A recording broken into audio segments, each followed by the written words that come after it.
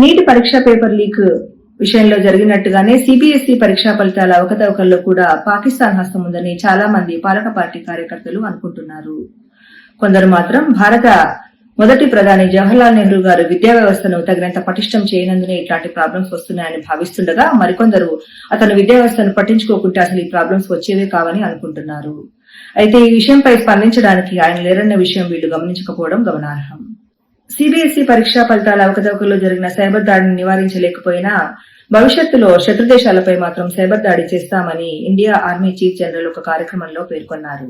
అంతరించిపోతున్న కాంగ్రెస్ ముఖ్యమంత్రులను కాపాడడానికి ఆ పార్టీ అధిష్టాన వర్గం పటిష్టమైన చర్యలను చేపట్టింది. అందులో భాగంగానే కర్ణాటక ముఖ్యమంత్రిని మార్చి ఇంకొక ముఖ్యమంత్రిని పెట్టింది. దానివల్ల కాంగ్రెస్ ముఖ్యమంత్రుల లిస్టు పెరుగుతుందని వాళ్ళు అనుకుంటున్నారు. అయితే తెలంగాణ ముఖ్యమంత్రి మాత్రం తాను తెలంగాణలో తెలుగుదేశం పార్టీని అంతరించిపోకుండా చేయడానికి నడుం కట్టారు. ఇందులో భాగంగా ఆ పార్టీ ముఖ్య నేతల విగ్రహాలను భారీ ఖర్చులతో ఆవిష్కరిస్తున్నారు. ఈ విషయం తెలిసిన ఆంధ్రప్రదేశ్ సీఎం మాత్రం తన విగ్రహాన్ని ఇప్పుడే ఆవిష్కరించొద్దని, దానికి చాలా టైం ఉందని రేవంత్ రెడ్డిని వేడుకున్నారని తెలిసింది. అయితే డిక్షనరీలో లేని పేరుని తన రాష్ట్రం పేరుగా పెట్టుకున్న రాష్ట్రంలో ఎలా విస్తరిస్తామని ఒక తెలంగాణ తెలుగుదేశం నేత వాపోయారు. ఇదిలా ఉండగా ఆంధ్రప్రదేశ్ డిప్యూటీ సీఎం వచ్చే ఎన్నికల్లో భారీ కటౌట్లతో సుఖ రాజకీయాలు చేయాలని తన పార్టీ కార్యకర్తలకు పిలుపునిచ్చారు.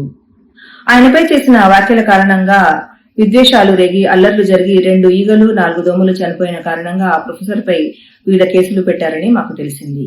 అత్యాచారం కేసులో జైలు శిక్ష అనుభవిస్తున్న డేరా బాబా పలుమార్లు పెరోల్పై బయటికి పోవడంతో తాళాలు తీసి అలసిపోయిన జైలు అధికారులు సెల్ తాళం చేతులు ఆయనకే ఇచ్చారని మాకు తెలిసింది.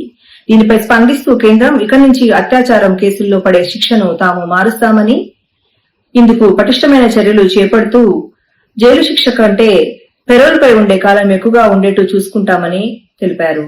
కర్ణుడికి ఎక్కువ ప్రాముఖ్యతనిచ్చి హైందవ ధర్మాన్ని అవమానపరిచిన తెలుగు ఫిల్మ్ ఇండస్ట్రీలో ఉన్నందుకు బాధపడుతున్నానని ఒకనాడు చెప్పిన ఒక తెలుగు పాటల రచయిత ఇప్పుడు హైందవ ధర్మాన్ని కాపాడడానికి నడుం కట్టారు.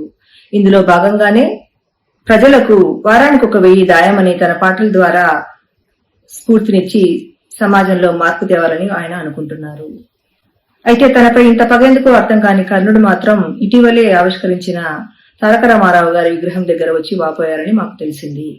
భగభగ మండుతున్న ఎండలకు ఏం చేయాలో పాల్పోక తణుకులాడుతున్న ప్రజలకు హైడ్రేషన్ తో ఉండమని ప్రధాని ఇచ్చిన పిలుపు చాలా ఊరటనిచ్చింది. దేశవ్యాప్తంగా ప్రజలందరూ వీలైనన్ని నీళ్లు తాగి చాతనైనంత దేశభక్తిని చాటుకున్నారు.